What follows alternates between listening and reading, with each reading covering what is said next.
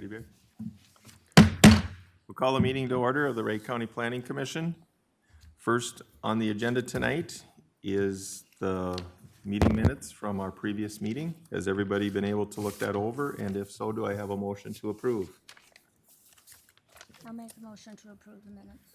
Do I have a second? I'll second. Motion made and seconded. Is there any discussion? If there's no discussion, all those in favor signify by saying aye. Aye. Opposed, same way. Motion carries. First on the agenda tonight is the Arbor Creek Holdings LLC. Do you want to come forward, please, and give your names for the record? Good evening, Paul Otto with Otto Associates, project engineer. My client is here as well. All right, thank you. Just one moment, Mr. Chairman. Barry, when you are ready, and maybe when Sandy Yep. sits down. Sorry, guys, I just had a treatment and I'm not feeling the hottest. That's okay. Thank You're, you. you're here. We appreciate it. All right. Yep. Okay, Barry, when you're ready. Yes, Mr. Chairman, the property is 7.69 acres on East Lake Sylvia. It was part of a R2A subdivision in 2021. This property should be familiar to the commission. It first came before this board in June of 2023 for a land alteration and amendment to the current CUP to move or allow the construction of a home below the bluff. If the commission remembers that particular development has a condition that all homes be located above the bluff, but left open the possibility for what we have today, which is a request to amend that condition and allow construction below the bluff, along with the corresponding land alteration permit. This is a revision of the previous application. Roughly about half of the proposed amount of total land alteration. I believe the original one was just over 16,000 cubic yards. This one, although there was a miscommunication on the cut and fill report that we'd gotten from the engineer, and we got all that clarified, but it was after the notices went out. So what's listed is 13,415 yards. That's actually a total of 7,731 yards, approximately 1,100 yards of cut and 6,600 yards of fill. We do have the plans for that. Most of the fill is going to be down on the bottom. This proposal differs from the first, that the first one was a cut of the bluff with corresponding fill down below. In this case, they're actually going to be doing more fill through the bluff and actually building it up versus digging down. If I'm correct about that, Paul. And then there's the corresponding plans that include stormwater prevention and those types of things. So we do have all of that. We did receive the recommendation from the township, which was to deny the land alteration permit and amendment to build below the bluff due to adequate room above the bluff and excessive amount of fill. Soil and Water has reviewed the plan set and stormwater pollution prevention plan, and they have no issues with those. They did want to express the importance of silt fencing and stabilizing the hill once grading is completed. We have the same response from the Indian Affairs Council that was included last year. This is a reduction and a change, so we didn't have an updated approval from them. The approval should still apply because it's still in the same general area and actually involves less cut. The DNR has responded that they don't have any comment. That response is in your packet, as are a neighbor response that's requesting it be kept to a minimum if approved, and another one requesting denial. We did receive a late response this evening from a representative from the Greater Lake Sylvia Association. Their letter is requesting denial. I have included a copy of that in your folders. Thank you. Is there anything you would like to add? Yeah, Mr. Chair and Planning Commission. I just wanted to kind of go back through the history. You guys had seen this before. We withdrew it. Is this okay? Can you hear me? Yeah. All right. And so we tried to work it out with the township. We met with the township 4 to 5 times on this project throughout the course of where we got to. This is actually our third plan. The first plan was the 16,000 yards. We reduced that to 13,000. The township indicated to us that if we could get the DNR on board with it, that they might be on board with it. So my clients met with the DNR and basically talked through with them what the DNR would be amenable to. And essentially what that outcome was is don't cut into the bluff, but filling on the bluff wouldn't affect the structural integrity of the bluff. So don't remove material within the bluff so that what's there naturally stays there naturally. Putting material on top to get your driveway down there, they thought was acceptable. And that's the comment that you have in the letter. The DNR never says we approve anything, or MnDOT for that matter, but they just say we have no comment, basically meaning that they don't have any negative comments. So while it's not an approval, it's about as close as you're gonna get from them. So I provided detailed information in the packet for you to staff. In the actual bluff area itself, we're filling about 1,000 yards. So for those of you who are out there, I think most of you were out there when we met on site, we are still following that same trail that we walked down to get down to the lake. We're still following that same trail. What we are doing, we were proposing before to lower that. Now we're gonna be filling it to get ourselves down. It's gonna take away a little bit of the area on the bottom, but from the plans, you can see there's still sufficient area for the house and the yard, and we still meet all the setbacks from lake, side yards, everything else. We aren't asking for anything special on that. So really, we're just dealing with the amount of fill. The idea of the drainage and having some stilling basins is still the same. We're gonna drain all the water to the sides. It's gonna kind of sit there and slowly work its way to the lake. We do have swales that go along both sides of the home so that all of the water that would come down this bluff will be maintained on the property. So we won't be impacting either of the neighboring properties with stormwater or anything like that. We are cutting a little bit. We're cutting about 100 yards in the bluff. It's up on the top of the bluff. If you remember when you were out there, there was kind of an old road cut in the top of that bluff, and there was the road, and then there was kind of a little hump. We're taking that out. Barry, can you go to that for me? Yeah, right there. So the yellow on that is that little cut area. We're kind of taking out a little, kind of a spoil pile there almost, I would call it, from previous. And then I did also give you numbers for what we're doing in the bluff setbacks. So the top and the bottom. The top is really hardly anything we're matching. On the bottom, then we've got 700 yards of fill. So the majority of our fill is going down by the lake to actually build our pad up to meet separation from the ordinary or the high water level of the lake to get our home 4 feet above the water. So that's where the majority of the material that we're moving is going. So I'll answer any questions. I think I hit most of the points that I wanted to talk about. And then let you move on. Okay. Is there anybody that has anything right off the top, or otherwise we'll go to public? One question. Yep, Dan.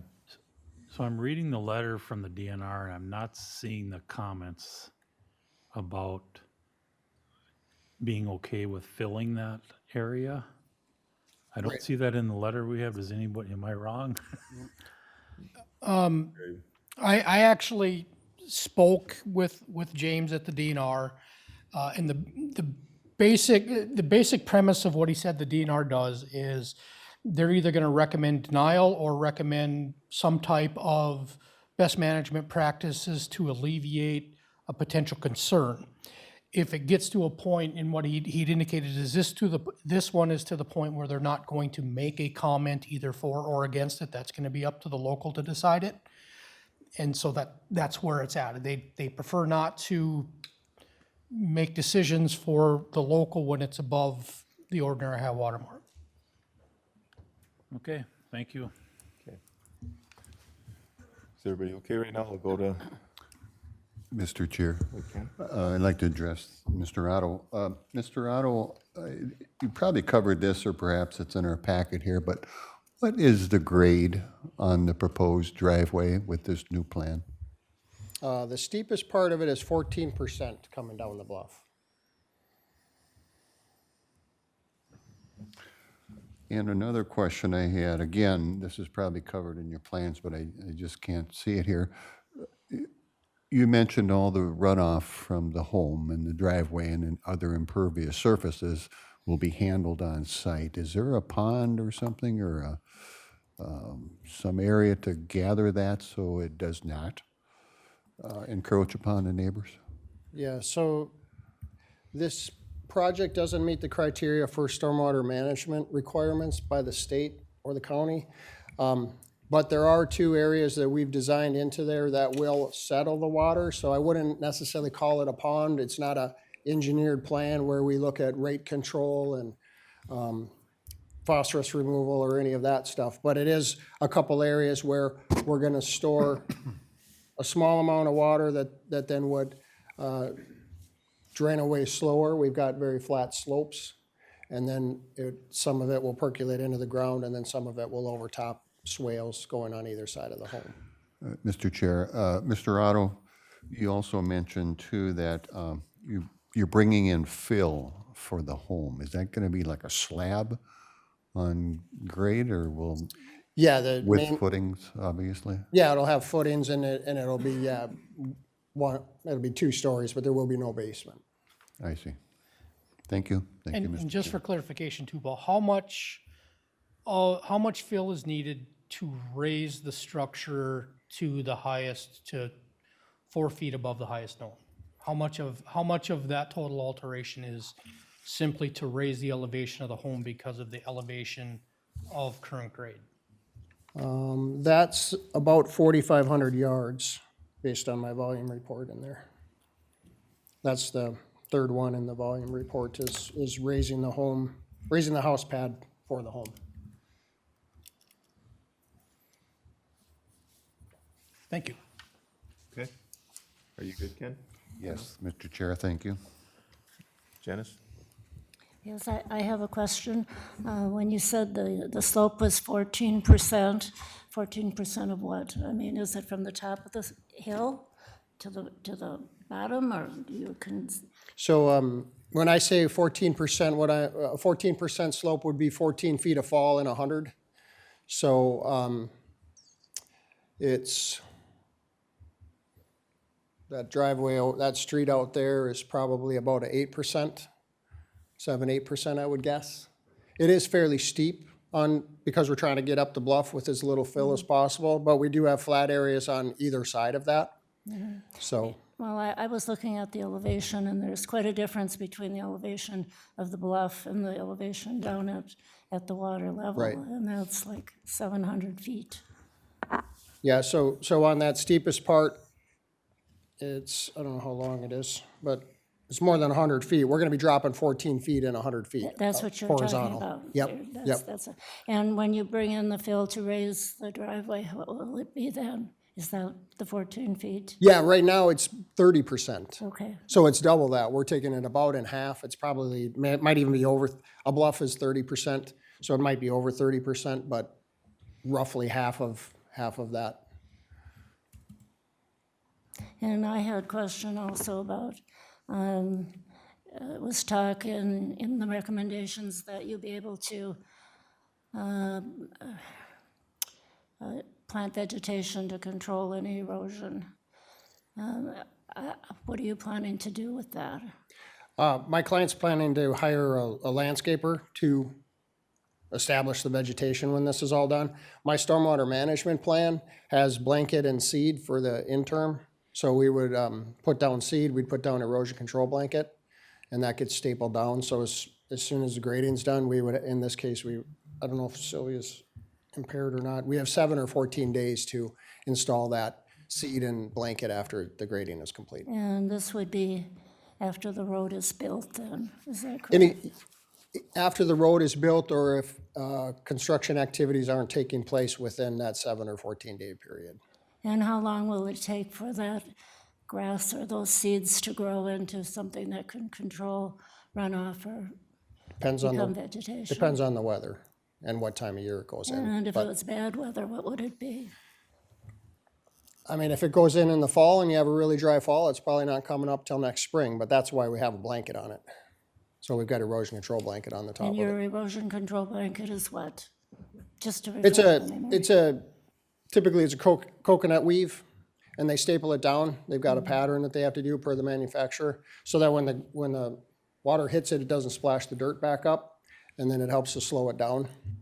Is there a plan that you've submitted to Barry that shows the vegetation Yeah. proposal?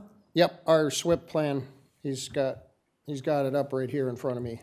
That's the plan that shows that. So Yeah. It's got the that- silt fence and the erosion control. That's the end plan, and this is something that's prepared by the firm in Annandale, is that correct? This plan was prepared by me, Well, this one was prepared by you, okay. yes. So this is during construction before it's vegetated. If they want to plant trees or they want to do something else, they would hire a landscape architect. That's outside of mine. Mine's for construction activities. Okay. Stabilizing the site as soon as they're done constructing it. So we have blanket down both sides. Everything in the bluff has blanket on it. And then the two swales that are running alongside the house have blanket from where they start to drain all the way to the lake. And that would begin before you laid out the footings for the house? Yeah, more than likely, because we have to build a pad before we'd have the house done, or before the house would be able to go in. Yep. But I mean, the vegetation would go down, and another thing that I was wondering about too is the road is going to be in use to deliver all the building materials and so on and so forth, coming and going out of that site.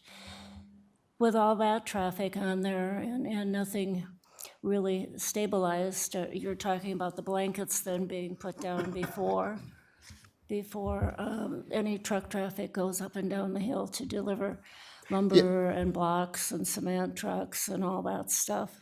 Right, yes. And so they'll have to police those people a little bit, because if you've been on a construction site, No, I have. people are sometimes in the wrong spot. So Yes. they're gonna have to do a little due diligence when they build a home to make sure that people aren't driving out on the blanket and ripping it up, and they need to put it back in place. This SWIP plan that I prepared will need a permit from the state. So if there are issues out there, the state would ultimately be the one that would come out. Fines could be imposed. They would typically, first they would say, fix these things, but the state would have the authority to impose fines if they aren't doing what they were supposed to do and what's called out in the plan. So there are those protections in there if something goes wrong.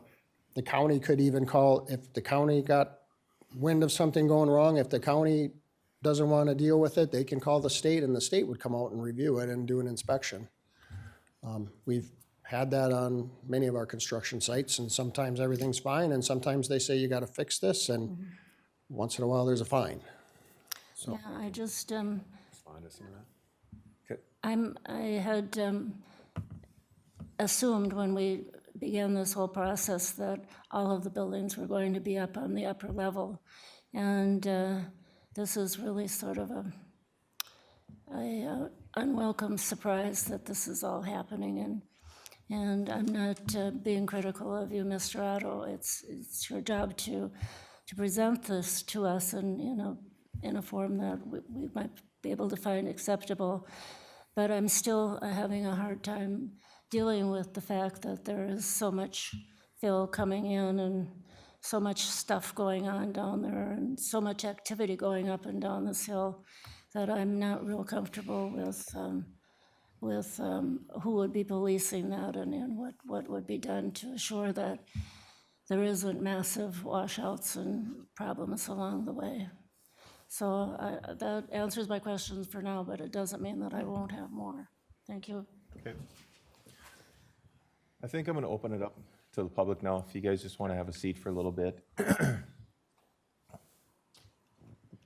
Gal there in the back that just had her, please come up, give your name for the record, and if you can, try to keep your comments to 4 minutes.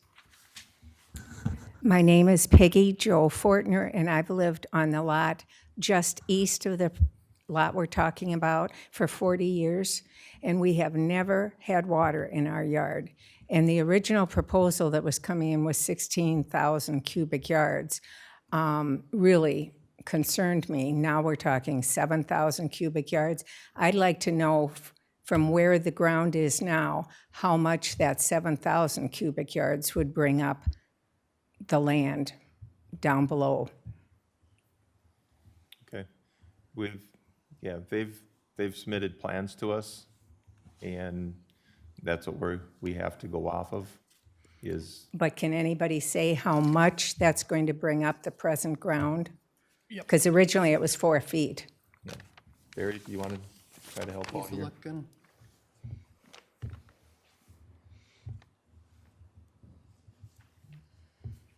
Do you have any other questions while he's looking that up?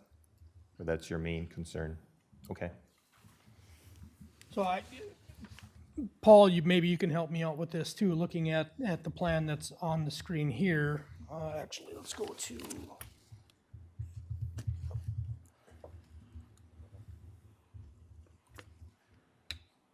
go to that one.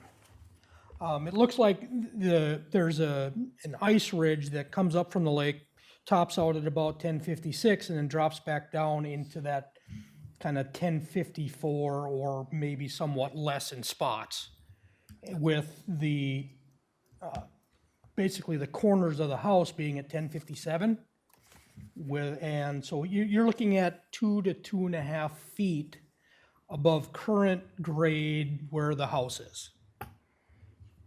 And then, according to this plan, there will then be a swale in between the high spot where the house is and the property line to keep water from going either east or west, so it's on both sides of the property. The berm on the west tops out at 1058, so that's 2 feet higher than grade at house, but the low spot is 1054, right in between the property line and the house. And then on your side of it, it looks like same general elevation, 1055, 1054, and then it goes down. So right at the property line, there isn't a big difference in elevation. Actually, looks like it pretty static, and then probably actually dropping a bit and then coming back up towards the house. But from grade right now at the lake setback in the area where the house is gonna go, 2.5 feet, 2 to 2.5 feet of elevation increase. Can that impact the water? 2.5 feet?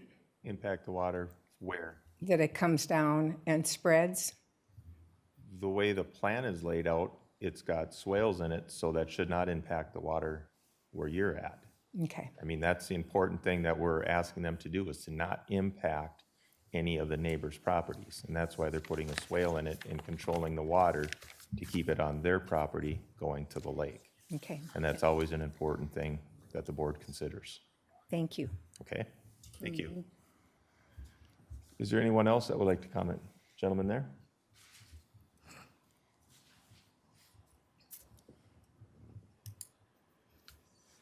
My name is Doug Grevin, and I live on East Lake Sylvia. And I am here tonight to ask you to support the Josh and Sarah in their request for the conditional use permit. The property, the DNR has been out, the Soil and Water has been out, Indian Affairs has been out, and all of them have no objections. They didn't say they approved, but they had no objections to what was being done. And as you know, the DNR watches things pretty closely. Let's see, as far as the setback goes, I understand there's a 75-foot setback, and in their plan, they are 80 feet, or maybe a little more than that, back from the lake, and well in back of the neighboring property. And so I'm here to support the approval of the conditional use permit requested by Josh and Sarah Pomelo. Thank you. Thank you. Anyone else that would like to comment? Gentleman there? Up and give your name, please.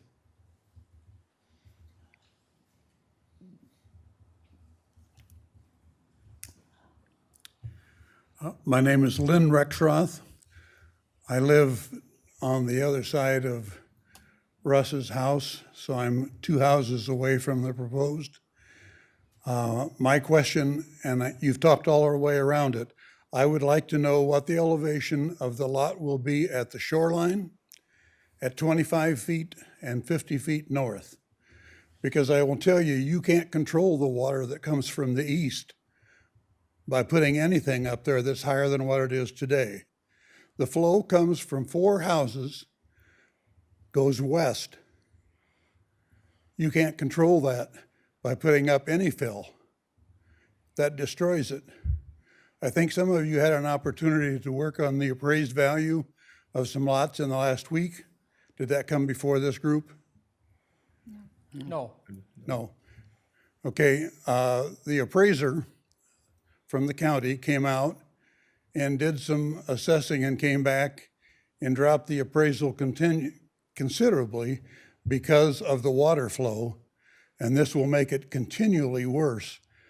So please tell me how many feet fill will be at the shoreline, 25 feet back and 50 feet back. If it's any fill at all, it destroys the water flow from the east and causes problems for everyone else there. Should not happen. Okay. Thank you. Thank you. I'm listening. Barry, you went through that. At the water line, there is no fill. Well, I mean, according to this plan, there is some fill. That's what the dark lines on this plan, I mean, there's earth movement. There might be some fill, there's probably likely some cut. There's definitely gonna be some cut because that ice ridge is at 1056. It should be on your screen up there. It's on your screen. Okay, I'm sorry, I can't hear you. Yeah, it's on your screen, I'll talk into the microphone. Okay, so you're not gonna fill anything in the south 50? Well, we're not filling anything. Pardon me? The county's not filling anything. You need to Back to the Yeah, podium. come, look at the plan. I concur with that. Now, what has been recommended? You have to go to the podium, sir. I have to do what? Go to the podium. come back here to the Come podium. back to where the screen is on the speaker. There you go. I'm sorry, what do you want me to do? So on the screen that's in front of you, there should be the same plan that's up on the 2 screens to the left and the right in the windows. So I'll bring my cursor over. So in this area, it'll be a combination of cut and fill in this area, and it's being sloped to run the water to the lake. So if you look on your screen, Yeah, you see that little triangle thing moving yes, down the lower left? Okay, in that area, so that is the west side, lakeside west, basically the southeast corner of this lot. And so there's a combination of earth movement there that includes both some cut and some fill. at what level, sir? Well, at an elevation of 1052 up to How many feet, sir? 1054. Just make it easy for an old guy. At this point in time, I think it's best if we had the surveyor and Mr. Otto come up here and explain that after we're done with public comment. Staff can only look at what's in front of us, but Mr. Otto is the expert on this application. So he can address it Okay, when all public comment is Is it 2 foot ceased. or 4 foot? Mr. Otto will address it when public comment is Who over. is that, sir? He's the person who's up here first. Okay, He's sitting right behind you. Okay, it's important if you have property on the lake and have water that does not make its natural flow. correct. And we're trying, in the plans that we approve, we will do our best to not impede water flow and cause problems for the neighbors. Okay, That is what we always try to do our very best at. after this session is over, I'd like to talk to you about a decision you guys made about 15 years ago. I was not on the board 15 years ago, Nor so, was I. nor It doesn't- anybody else that was here It was on that doesn't board. pertain to you personally, it pertains to the Wright County Board. And you should investigate it with your appraisal, your Well, appraisers. that's Would you a do that's a that? different board, That- different everything. This board has nothing to do with appraisals. You need to get to the podium or sit down, one of the two. Is there anyone else that would like to comment? Is there anyone else that would like to comment? If not, we'll bring it back up here to the board. And Mr. Otto, if you would like to take the podium, and if you could help us out with any of the concerns that the public has had, would be helpful. Yes, Mr. Chair. As far as the amount of fill going where the house is, Barry's described that very well, looking at our plan. We will be at 1057. We are actually going to be cutting out the highest part of the ice ridge out there on this plan, so we're gonna be actually taking that down a little bit. For the Where water, is that? Can you point that out, where that ice ridge is? that's where Barry is going with his little marker right now. Okay. So, we blipped out. So then if you look on the bottom of the page, it's the east side of the house, but on the bottom of the page, we have a 1054 and a 1052, and there's a couple arrows in there pointing to the lake. That's where our water is going. So we have a swale next to the house that is 3 feet lower than the house, our house, that we're proposing. And it's actually lower than the neighbor's septic. Their septic is over the property line a little bit. We're actually lowering the grade there, and then we're gonna drain that water all the way out to the lake. So we're gonna cut through that ice ridge. We're gonna cut about 4 feet out of that ice ridge in that swale so that we can, and that's gonna be both sides of the property, so that we can make sure that we maintain that flow. We do understand that flow is already a problem. We've heard that. And frankly, it's kind of going right into that septic. And so we're purposely lowering the grade next to the house to help pull that out of there a little bit faster. So there are swales both sides. We are maintaining that drainage.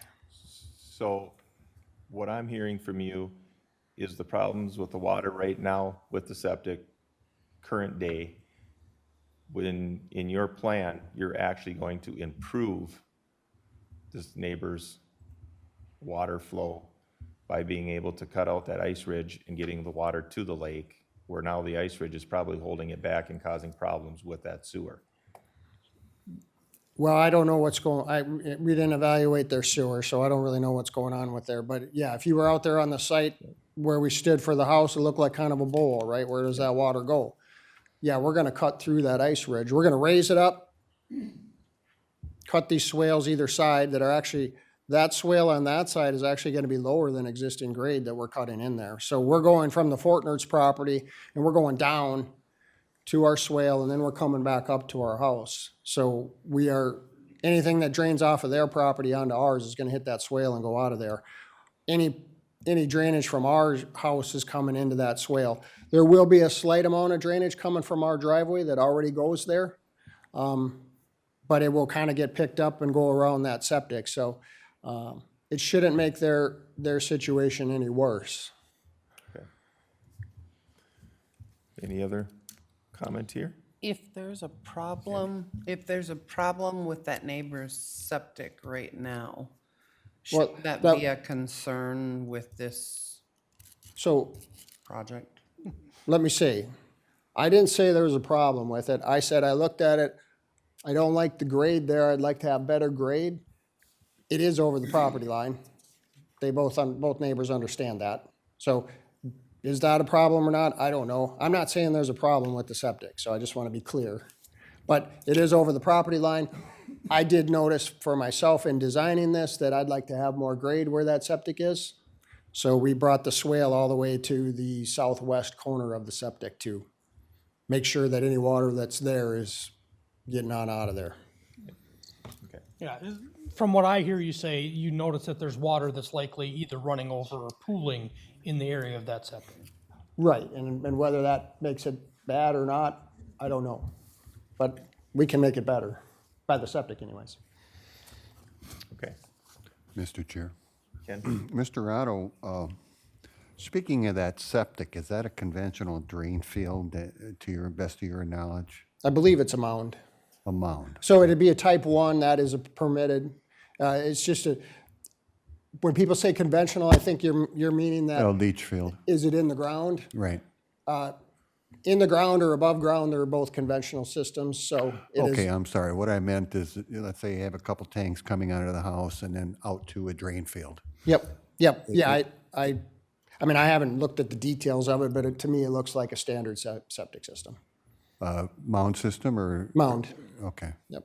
And within that mound system, again, this might not be your expertise, but I asked the question, what would be the lowest, let's say, inlet pipe within that mound system? Is it at existing grade? Or is it above the grade within the sand that they haul in for these mound systems? I'm not familiar with that. Yeah, usually so a mound system's pressurized. So I am a septic designer, so I do know a little bit about mounds. I haven't evaluated this one, but so a mound system is pressurized, so they typically would have a pump, pumps out to there, they dose it 4 times a day, fill it up with water, it's a foot of rock by whatever the length is, and probably a 10-foot wide rock bed. They dose that full. That bottom of that rock is 3 feet above the seasonal water table, seasonally saturated soils. So if that mound is 2 feet high, the pipe where the water's getting pumped into is probably about a foot, foot and a half below the top of the mound. Okay, one other question, if I may. Within that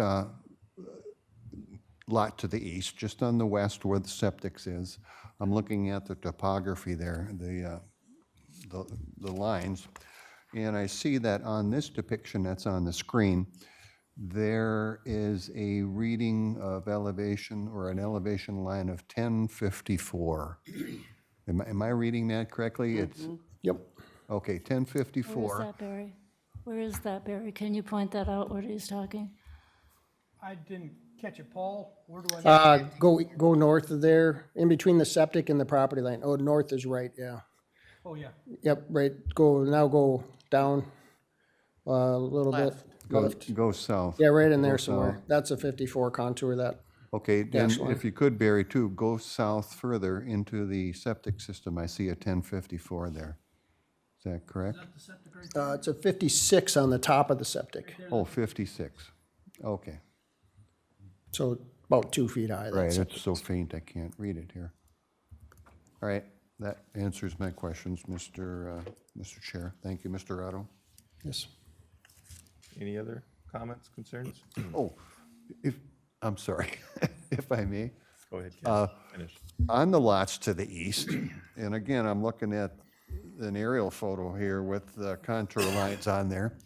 Which way does that water flow? Does it flow east to west or west to east? Let's say right in back of all those homes or buildings right on the shoreline. Let's draw a line east and west roughly. Which way does that water go? Well, It's kind of almost level. it looks like it kind of breaks at Fortner's, and then to the east of Fortner's property, you see a 52 in there, Yep. and that kind of goes around and connects on itself. That means that's not, Oh, there's a depression there. there's not anything getting out. Yeah, there's a depression there. So it's probably sandy enough where it drains away after time, but I would imagine they have pooling water in there at different points of time. Okay, so it flows, it doesn't flow, just kind of, Yeah, I think you're right. I think that's so flat down by the lake. You've got that ice ridge, and then you've got right. pretty much the same thing that was on our lot, but these homes were all built prior to the rules. They probably don't meet our 4 foot of separation from the 100-year flood, but it's sandy enough where it Okay, gets away. thank you. Sorry for the interruption, Mr. Chair. Pat, did you have something? Yeah. Mr. Otto, what sort of clearing activities are taking place in there through now, under the current plan? Right. How much of the trees are coming off the Oh. bluff? I can't recall. It's been so long since we were out there, and I don't have a good aerial. Yeah, so we would be taking trees through the bluff. There's none on the bottom that we would be taking. Top, there's a few minor, but through the bluff, we would be taking our width, which is the road. Barry, can you put my other plan up there? I can give you a ballpark of a width. There hasn't been a tree count or anything like that. That one or one of the other two? Yeah, that's probably good. So you can see the driveway width on the left side there. So we're maybe 3 driveways wide that we're taking trees out. And the thing that looks kind of like a tree, those are trees. Those are the larger trees out there. So you can see the larger ones that we will be taking. There's, 1, 2, 3, 4, 5, 6, that are in the bluff or bluff setback that are the larger trees. So those are probably 12 inches and larger. There's probably some smaller ones in there as well. And there's room up on top of the bluff for a beautiful house, right? We still have plenty of building space up on top of the bluff, the same way that there was when we were looking at this prior to these current owners coming into possession, right? Yes. Now, if, I don't know if you read back through, I took a minute to go down memory lane because it was so much fun last time to look through that. And, I mean, we had this discussion. Yeah. And the issue was, we don't have detailed plans. How do we approve something down by the lake without a detailed plan? So as much as some members might want to say, I'm surprised, or you're pulling a fast one, this was all discussed. We talked about, should we do a plan? I think your zoning administrator at the time said, well, we can do a plan, but you're probably going to be talking about it again because it's the wrong house, it's the wrong driveway, it's whatever. Because when I buy the lot, or you buy the lot, or whoever buys the lot, it's going to be different. So to be honest with you, if I buy this lot, I'd be standing here in front of you asking the same thing. It's beautiful down there. I got to get down to the lake anyways. Why don't I just have my house down there? What if something happens down there? All these kind of things. I want to get down there. I don't disagree with that last point one bit. Like, it makes sense for the house to be down there, but for how you can make that happen under the current rules, right? There's a reason the neighbors' houses are built down there. Going back down memory lane, and Barry might have to help us a little bit. I thought we treated 5 and 6, lots 5 and 6, slightly differently than we did lots 1 to 4. My reread of the notes, and it's almost 3 years ago. Right. And trying to figure out what I thought 30 seconds ago is hard enough, and now I'm trying to recall what. I was surprised at some of the stuff I said, so. Yeah, you and me both. So She records it all. But I thought we were pretty clear on 5 and 6 back then, saying these are going to be up on the bluff. Because don't we have conditions on like 2, 3, and 4 that say if you're going to be building through here? So how I read it and what I thought we got approved was 3 through 4, 2 through 4, it's not a bluff. So the bluff doesn't apply. The steep slopes apply. So 3 through 4 was steep slopes, 5 and 6 were bluff, but any or all of them might come back. Well, any or all of them can always come back. Right. Right? And Otherwise, I wouldn't that's get the fair, comment. but I read a comment that lands with me a little bit from the person or persons who bought lot 1, right? And their point is zoning ordinances are supposed to be reliable. Our decisions are supposed to be reliable. And I'm struggling with the conflict between it makes some sense to have the house down by the lake and what we say and do is supposed to be consistent. So can I ask what you're struggling with? Because I'm struggling with the Northwest Quadrant land use plan, which I read it to say, don't mess with the natural areas if you have alternatives. If you do have to mess with it, limit how much you mess with it to the extent practical. And so where I'm at is trying to balance a good spot for a house with sort of a command to us that says, don't mess with this stuff if you have an alternative. And I'm going back 3 years ago to when I was looking at this saying, there was an alternative then, there's an alternative now.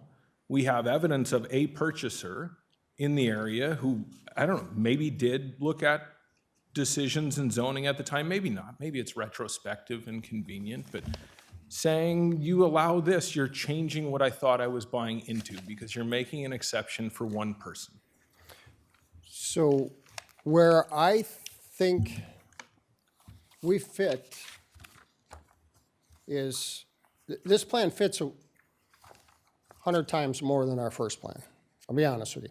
I mean, My job is to present what my clients want. But this plan, if you look at what the northwest quadrant is, don't alter the bluff.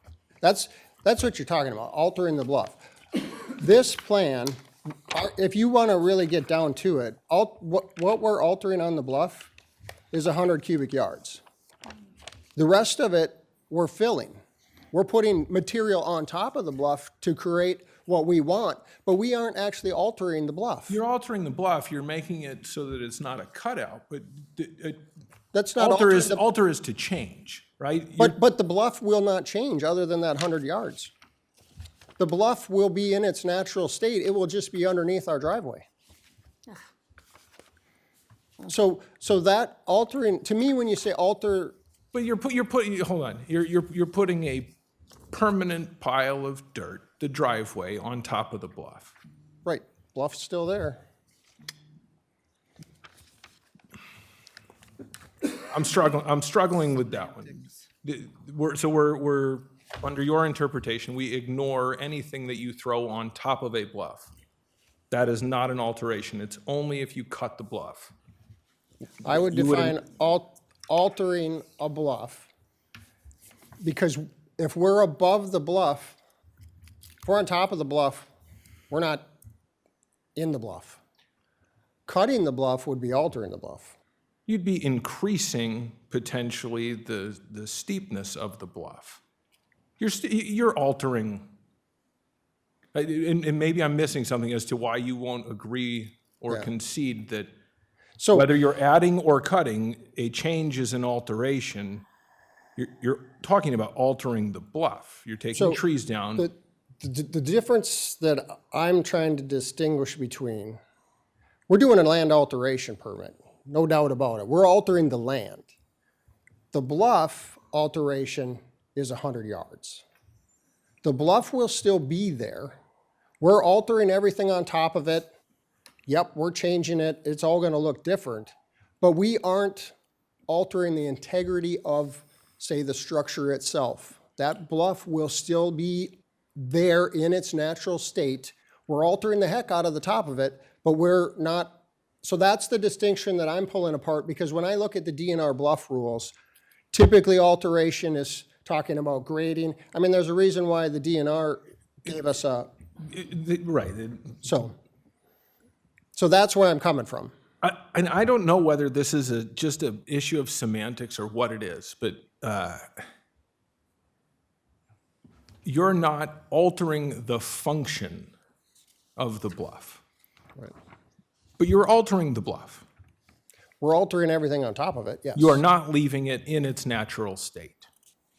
We are leaving it in its natural state, it's just. The underneath. function, you are leaving the function of the bluff in its natural state. I think we're gonna argue that one all night. Because to me, it's like a house. The frame of the house is still the frame of the house. I'm gonna put on new siding, I'm gonna decorate it up with cupolas and put all kinds of junk on top of it, but the structure itself is still the structure itself. So that's what I'm saying. Could I put a house in a bluff and not call it an alteration of the bluff? No, because you'd have to dig a basement. I would have to. Yeah, you would. I have super good engineers. They would just add stuff.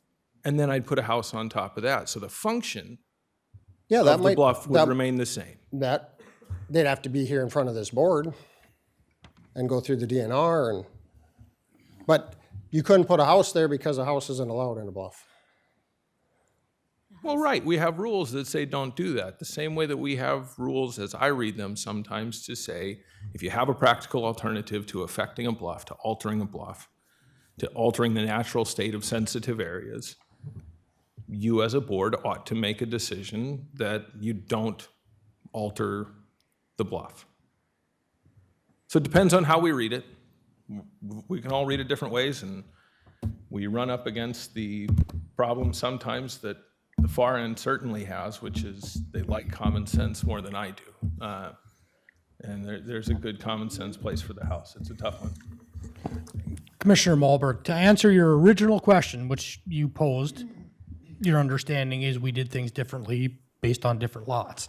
So the actual motion itself, condition number 4, building and driveway locations on lots 5 and 6 The house must meet the bluff setback at the top of the bluff if they're going to build lakeside.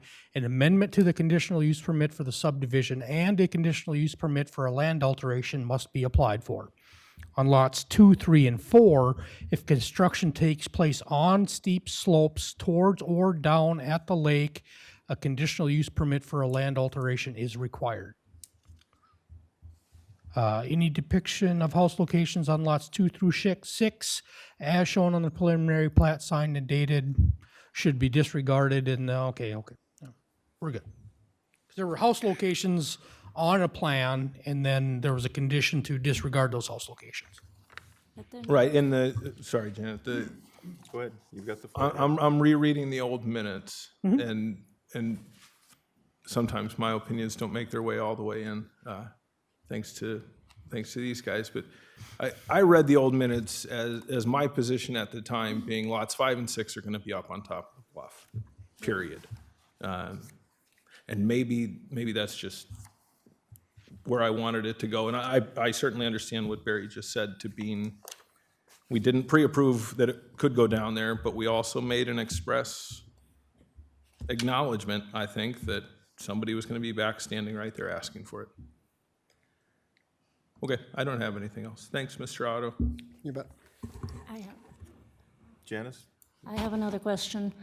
The gentleman that's the neighbor there had raised the question of the winds, the prevailing winds coming from the east, moving the water towards the east, from the east to the west, across the property, and all the questions about the drainage and so on. And you and I talked about the roadway coming down, the raised roadway coming down. How high up is that elevation going to be? I don't think I ever got an answer as to how many feet high that roadway is going to be built up. So, Paul, let me throw this one up here so we orient it the proper way.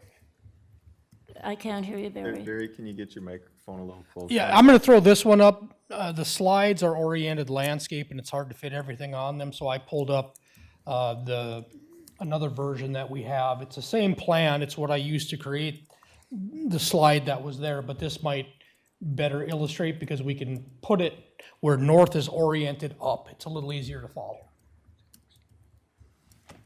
So Paul, use this one because the orientation now is north is up on this slide. You'll know what I'm talking about. Well, yeah, I see that north is up, but it just shows the view from above. It doesn't show how many feet up that road goes. If this is the road here, If, and if- here if you- is the ground, But if you read on your cut marks, it's got 1080, and then it goes down to 1070, then it goes down to 1060. That is your cuts, and that is your heights. And Yes. so the only way to do that is to either go out there and get an idea, because no, we do not have a side. I know what you're asking for. You're asking for a side to see how much it goes down. So here's an example, right on the screen where I have this little cross-haired pointer where it says elevation 1070. That location is roughly 14 feet above current grade. above current grade. Yeah. In That's that specific location, and then it lessens to the point where it's, that entire area is coming up 2.5 feet for the house. So there's a spot there where it levels out, but it'll go from roughly 14 feet there and go less and less and less as you go towards that house location to a point where it's more or less flat around the house. Well, I'm just going to share this with you all because I have had a property that was built on a bluff, and I did not have access down to the lake shore, but I had a set of stairs that went down to the lake shore. And at the top of the stairs, one of my relatives came one day and decided he would help us out, and he dug a little trench beside the stairway that went down to the water. And the next rain that came, I went out in the morning and I looked, and there was a hole to the north of my steps that an elephant could have been buried into because of the drainage that went so fast and slippery down that hill. Now, the grade that the steps began at was at grade level height. It wasn't lower than, it wasn't higher than, it was that grade level of the lot. And my relative, bless his heart, he was trying to be good, but he dug that little trench that was probably 4 feet long and just not even a whole shovelful deep.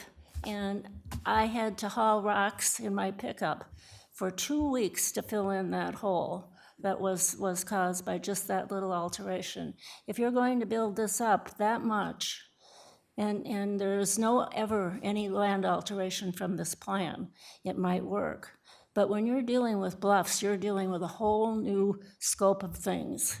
And I personally can attest to learning a lot about levers and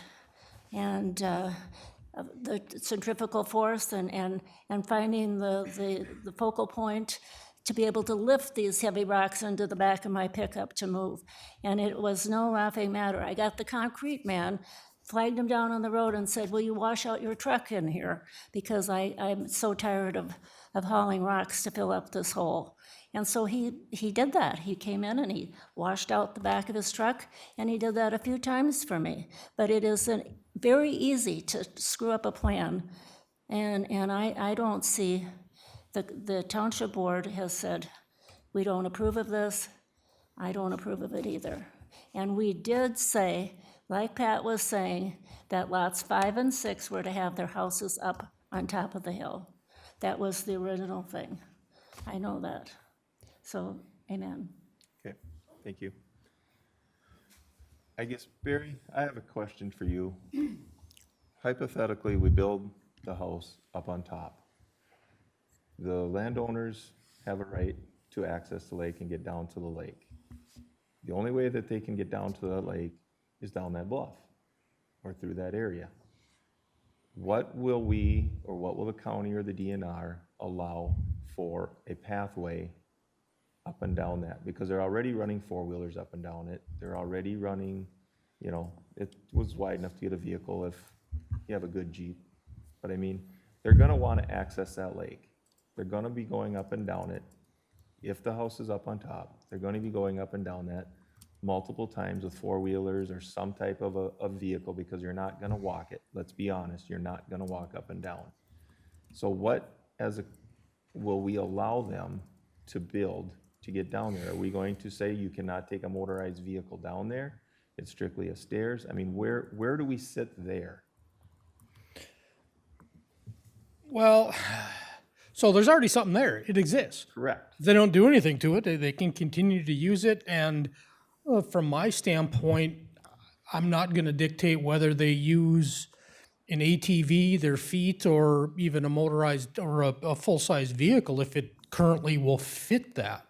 If they have to make alterations to make that happen, then there are land alteration requirements in ordinance that must be followed. So anywhere from 0 to 10 cubic yards in the shore impact and bluff impact zones, it doesn't require a permit. If it's 10 to 50, it's an administrative permit. If it's over 50, it requires a conditional use permit. So there's levels of permitting needed depending upon the amount of material that's needed or that's going to be used, cut, fill, combined. The shoreline rules include stairways, lifts, and landings as permitted encroachments. Generally speaking, unless they're building a deck as part of that, a deck is anything that's larger than 4 by 8. They're allowed to build a series of stairways and landings to get down there that does not actually require a building permit.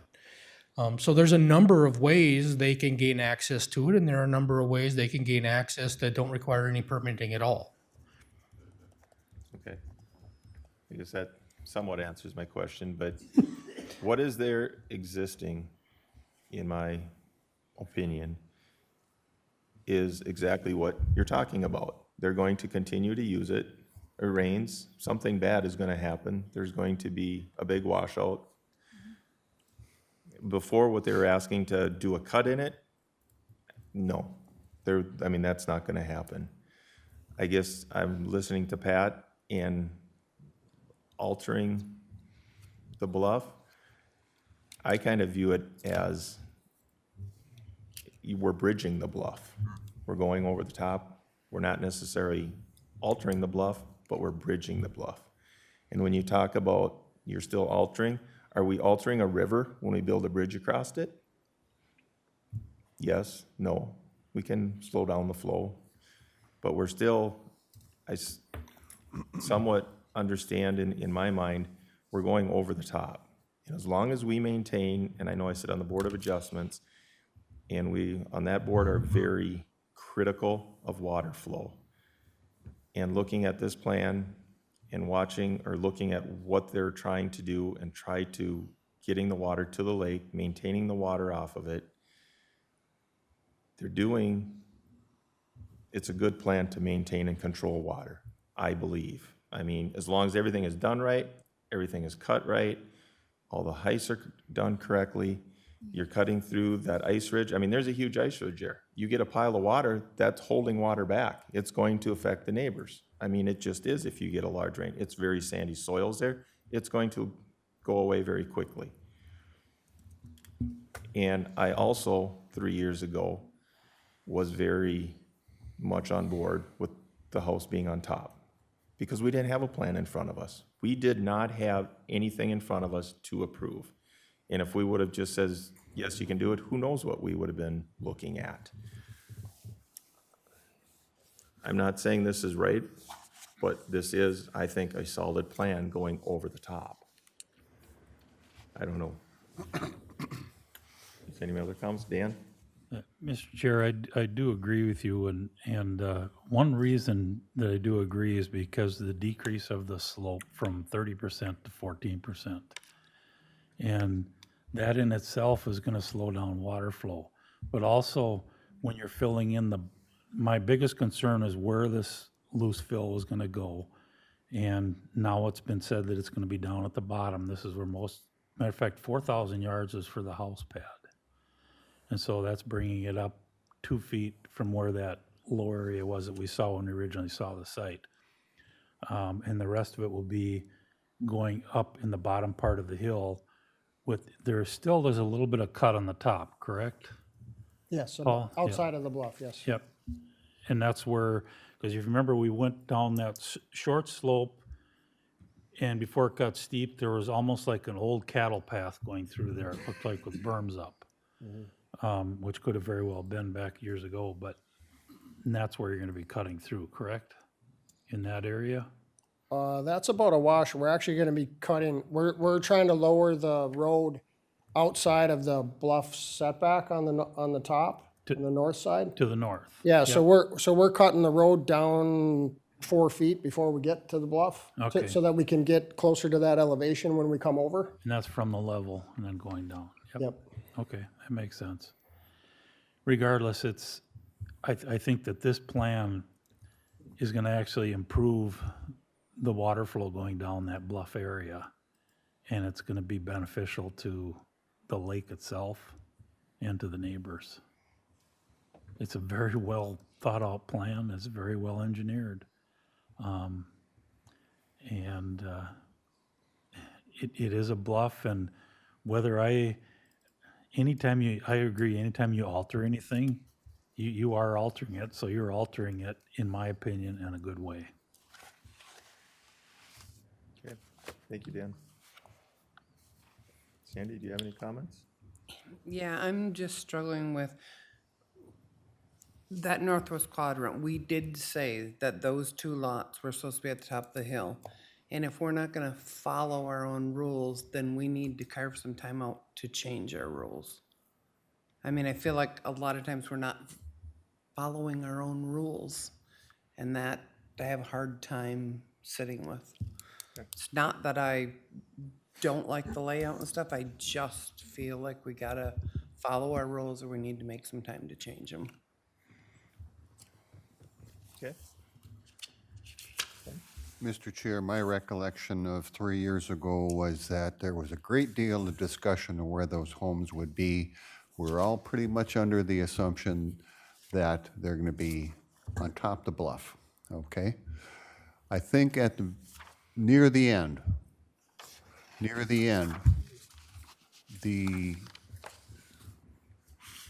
the idea was, well, I remember the lady from Lot 1 coming and speaking.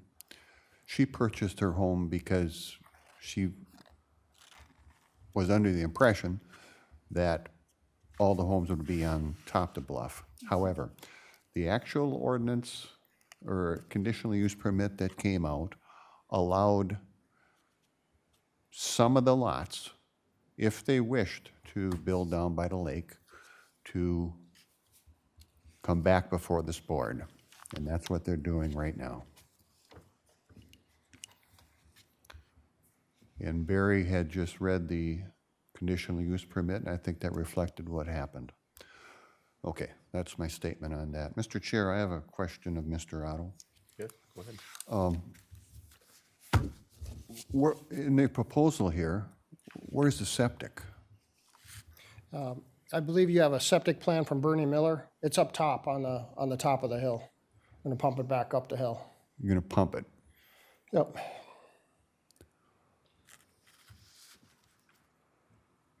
Okay. That's all, Mr. Chair. Okay.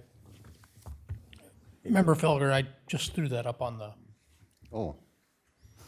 Okay, so we've got the house down below looking north. Okay, it's way up there. It's quite a distance, isn't it?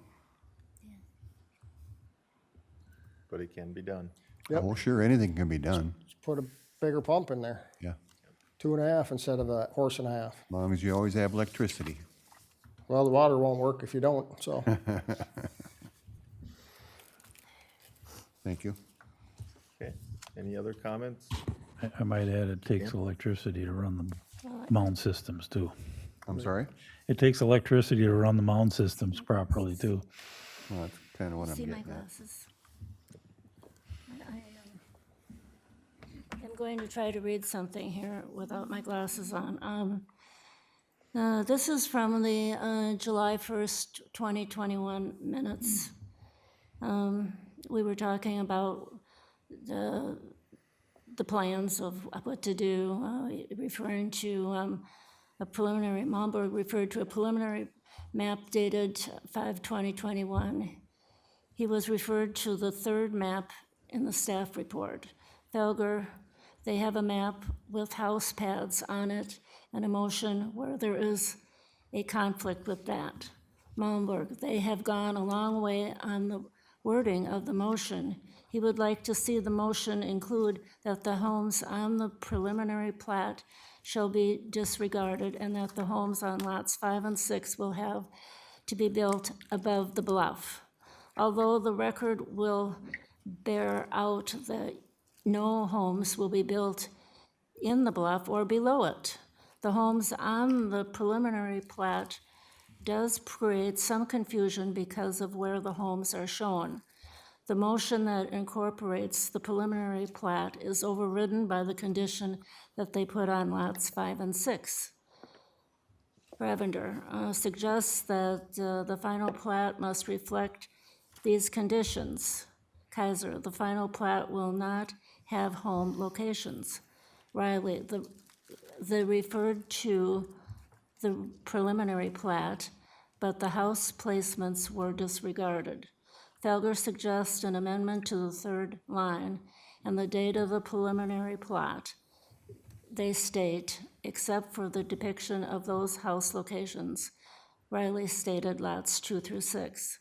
Felger moved to amend the motion to include conditions 9. Any depiction of house locations on lot 2 through 6 as shown on the preliminary plat, signed and dated 5/2021, should be disregarded.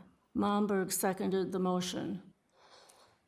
Thompson, that would be me, asked about which map was being referred to. Felger explained his clarification will disregard the house locations for lots 2 through 6.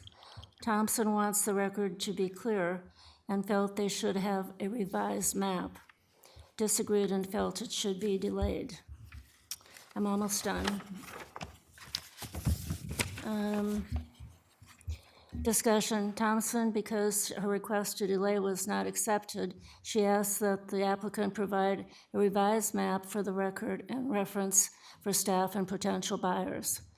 Thompson moved to amend the motion that the applicant provide the Planning and Zoning Office the preliminary plat showing that the location of the homes are moved from below to the top of the bluff on lots 2 through 6, as discussed by the commission. Kazmarek seconded the motion. Motion carried unanimously. Okay. So that would be the final act that we made on the location of the houses up there.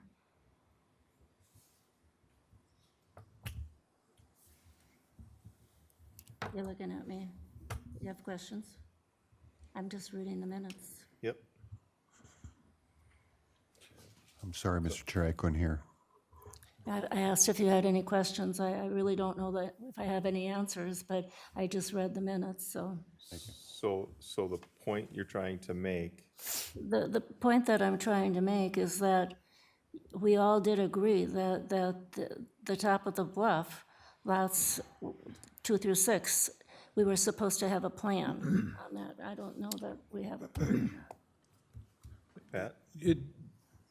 My recollection of some of that is that the original map that we had showed houses, and I think it showed them down below, and we didn't want to prejudge that. Part of what we were going back and forth on back at the time was whether we could go forward with the map that we had and use words to disregard what was shown versus you had wanted it to be clear that we get a map that didn't show them below. We ended up using words to try and address that issue. What Barry just read a few minutes, not just read, but a few minutes ago, Barry, where you were talking about the apparent recognition that people might be back here, what document were you reading from? That was the recorded order that included the motion that as reflected in the minutes. Okay, so then maybe it's a Greg question.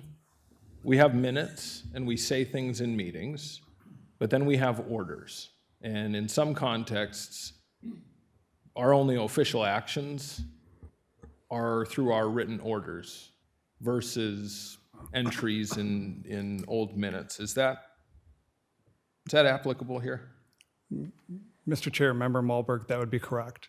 This body speaks through its motions when it votes, and otherwise it's a deliberate body and speaks, and we try to keep an accurate record of that discussion that you have. Getting back to, excuse me here, the house placement issue, I think some of you would probably remember, I think there was an older plat that came up right before this one did, maybe a year or 6 months before, and I want to say it was in Chatham Township. I'm going to say Bice Avenue, but that's probably the wrong area. Barry probably knows what it is. There was a bluff in the area, went down to a river, and they had house placements on the plat, on the conditional use permit, and they had to come back in and amend it just so they could move the houses around to the lot. And I think at the time, the zoning administrator wanted to avoid having that issue, or this board did as well, of having a square on a map that then someone wanted to move later on, and then having to go through a whole process of having all the property owners sign the plat and amending the plat again. And maybe Mr. Otto was on it. I don't know if you were on that, Paul, but you could have been, so. You can Yeah, shake your head harder. that was Birch Lake. It was right before that. You're exactly right. We did turn in a map, and I don't know if county, I mean, we made a new map based upon that last vote, or add on to the vote, I would say. But we did make another map and submitted it to the county after that, that showed the houses moved. I think some of the concern is marketing. You know, if it shows a house on the bottom, they're gonna be in talking to your staff and saying, well, it shows a house here, what do you mean I can't put it there? So, but at any rate, I'll be quiet. Is there any other comments, concerns? Well, I still don't understand, the roadway doesn't have a ditch then, where you're filling in, you're filling the whole way across from left to right, east to west. There's not going to be any ditch on either side of this road. So there'll be a slight ditch at the edge of the road. We've got our retaining walls pulled back about 4 feet from the road, so we've got a little room to handle. Really, it's only gonna be the water that's falling on top of the road, because again, we're building that up. So we're really only dealing with a driveway and a half of water that we're gonna be taking down that. And how tall is the retaining wall? It's gonna be up to that 14-foot height. It's a series of 3 walls, is what it is. So some of them could be, if you said that you were going to dig the additional, or the first part of the driveway coming down the slope. You're going to dig that down into the bluff? Nope, we're lowering the grade before we get to the bluff setback. Yeah? So on top of the hill, before we get to the bluff, we're lowering the grade so we can come and match in better at the bluff. So you're altering the bluff then? No, we're lowering the grade above the bluff setback so that when we get to the bluff, we're matching the bluff and then we're filling over the top. So when we're above the bluff, we're lowering the grade to get us down as far as we can so we don't have to deal with that grade in the bluff. Jen, the yellow on the see map that, on the right Yeah, I is see the that. place they're cutting. But now we have a retaining wall that's going to be in 3 levels coming down along the roadway. Is that what I'm hearing you say? Well, so if you think about, we've got a bluff, and like you said, we're building a ramp, right? Just call it what it is. We're building a ramp. So in order to limit our footprint, where we're filling it, we're gonna have walls coming up on that fill so that we aren't pushing that way out to the side. Okay, So we're gonna have 3 retaining walls coming up with some space in between.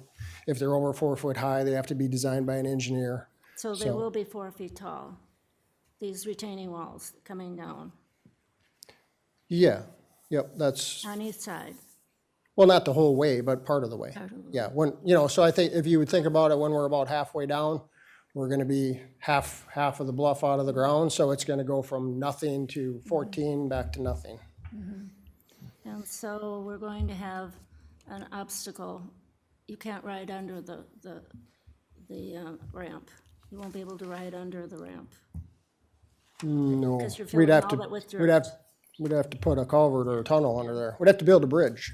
So in other words, you're altering the land below Well, the bluff. You guys have to decide whether I'm altering it or not. I disagree with you, but I'm not the one who makes the decision, so I stated what I think we're doing with the bluff.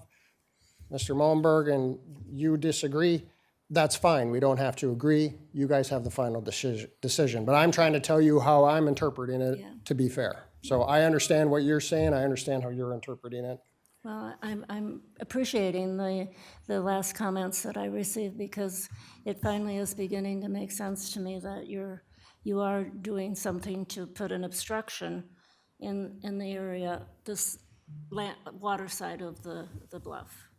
Well, the water will still go down the bluff and then run just It'll just still like go it's down the doing. bluff, but you're actually building a hump there where the ramp is going to, the road is going to go. Right, but there'll be a ditch at the bottom of that hump. Yeah, okay. That's what I was trying to get at from the very beginning. Okay. Any other comments, concerns? How does the board want to proceed? I'd like to make a motion to deny approval All right, I have a and to, motion. and to request that findings be drawn up by Mr. Kaiser, our attorney.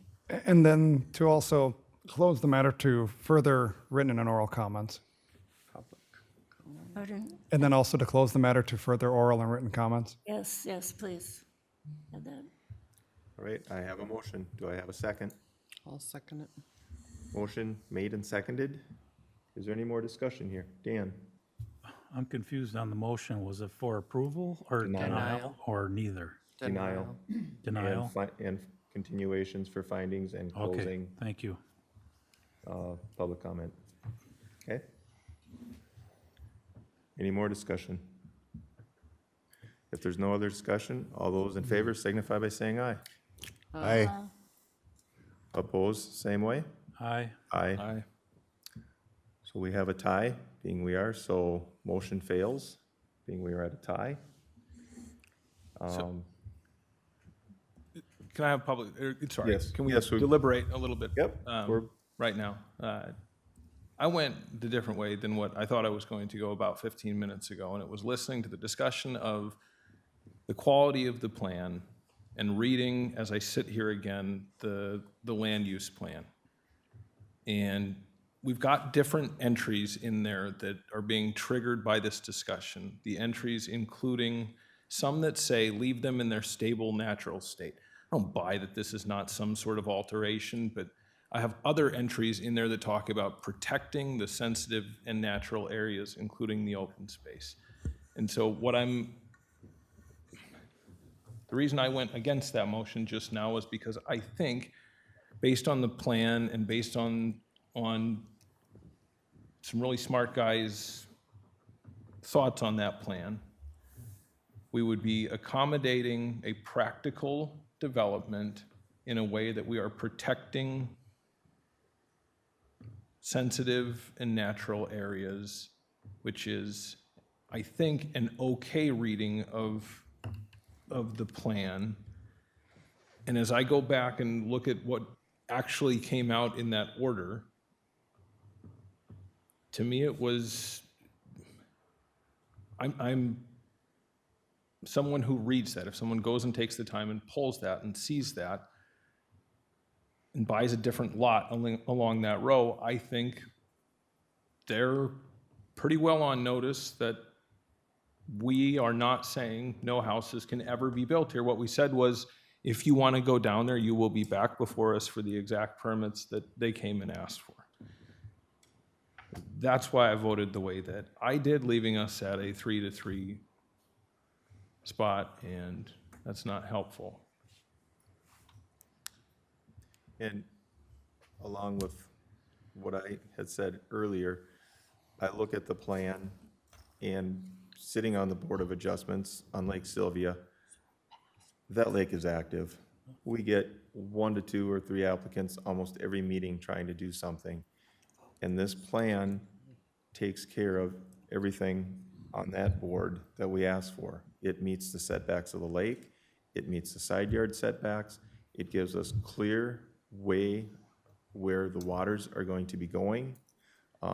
Those are things that that board looks at extremely hard. And if you want to get anything through that board, you have to address those things. This plan does do that. And like Pat said, how do we protect a bluff? What kind of a plan do we come up with? Because to have a four-wheeler going up and down that bluff, I mean, it's there already. It's going to continue to wear into that bluff and wear into that bluff, and exactly what happened to you is going to happen in time. It is gonna wash out. There's going to be a huge ravine in there with one of our large rainstorms. How do we protect that?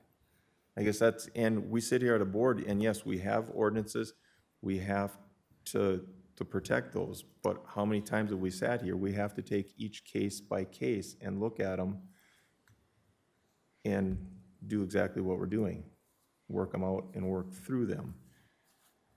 Is this exactly what I would like to deal with a bluff? No, but we are not, it's the least impact you can do on a bluff, in my opinion. You're going over the top. You're not digging into it, you're not altering.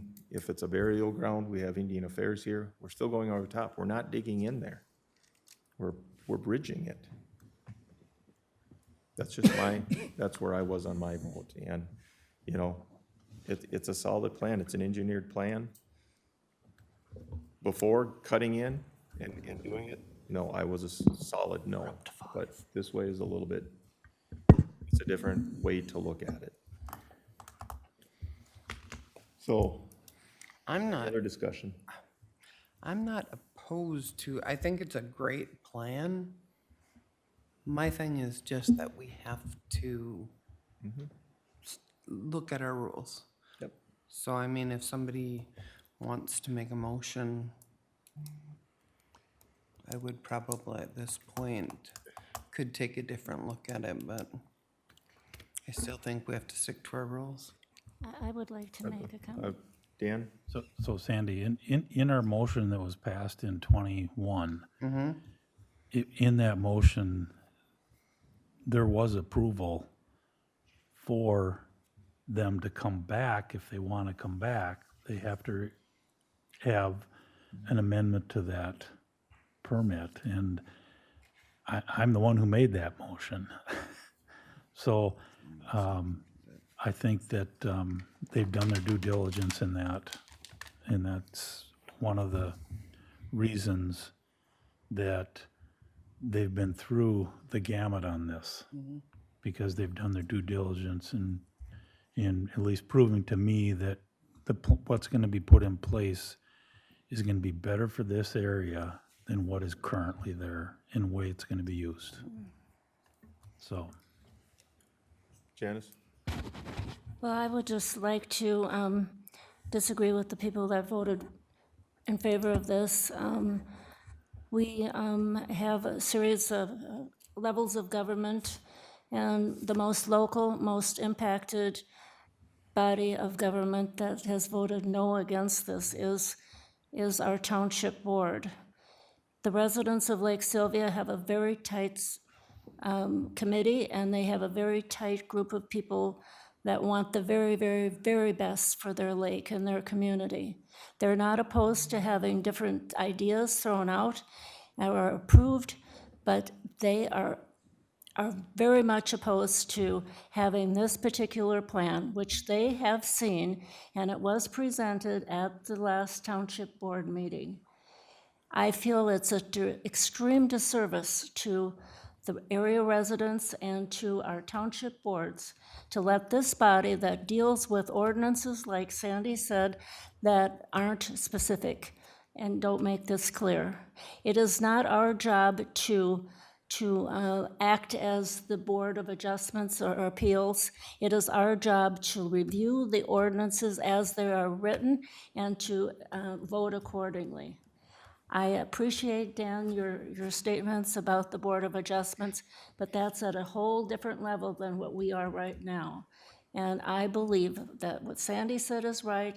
I believe that the intent of this whole thing beginning back in the day when we all went out there and tramped around at the top of that bluff and looked around, we said, well, we will allow homes up here on the bluff, and if the township will put in a road and assume responsibility for that road.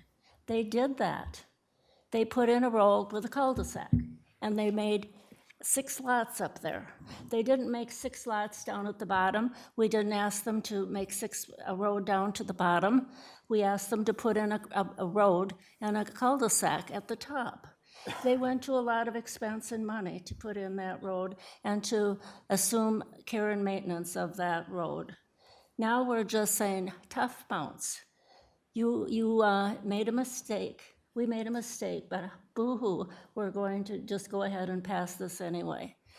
And I'll stick by my guns that the responsibility of this planning commission and our staff is to follow the rules that are set out in the ordinance.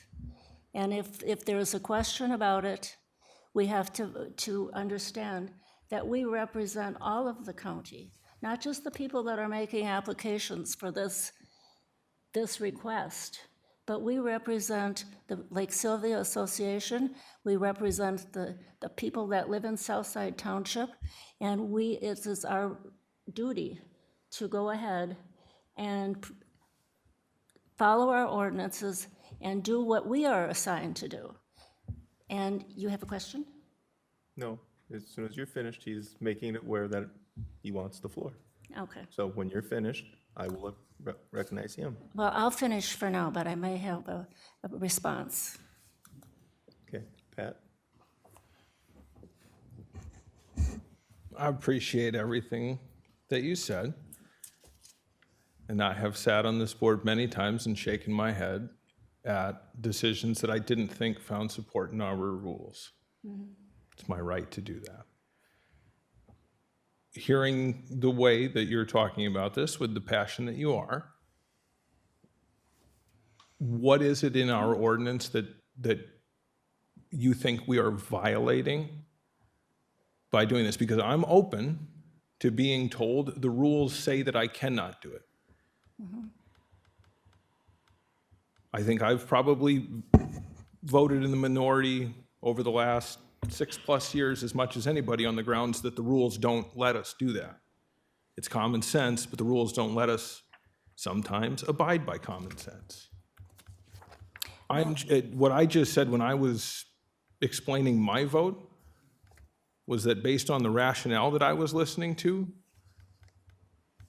I can find a reading in the Northwest Quadrant Plan that allows me to say yes to this. Right? It talks about the purposes include the protection of sensitive and natural areas. We have a plan, as I understand it, that protects a sensitive and natural area. So I am more than open to you saying, Pat, here's where you missed it. Here's your provision that says, no, you can't, Okay, if you got it. I'm ready. Well, if you recall, Pat, when we were out there and looked at the property the first time, do you remember looking down at the bluff and walking around down there and looking at the Bible camp and the dormitory and down to the area where all the houses are, where the lake shore is, you know, I five remember and it. 6, yes. And you remember that we knew that at one time that was a wetland that had been filled in? Do you remember that? Well, it was at one time a wetland, and that's why that pond was there at the bottom. And somebody filled in that wetland. You know, that was a horrible thing to allow to happen. Right now, we have rules and regulations that say no wetlands can be filled in. Okay, so we've already altered the land somewhat down there by the lake, where they're proposing to build their house, right? Would you agree to that? I couldn't tell you whether at Lot 6, Okay, when and how it was altered. Well, I listened that day, and I remember them saying that that had been wetlands. And so, when you look at that lot, it appears to be the lowest spot of the shoreland along there. And the house that's going to be built there occupies a great deal of that lowland that was at one time wetland. I own a property on the lake up on Leech Lake in northern Minnesota, and that isn't where my bluff is. That was a different place. But there is a bluff behind me there, too, and we don't allow anybody to mess around with that, because when you mess around with the bluff, even if it's building it up or whatever you do to it, cutting down trees, blah, blah, blah, it does alter the flow of the water.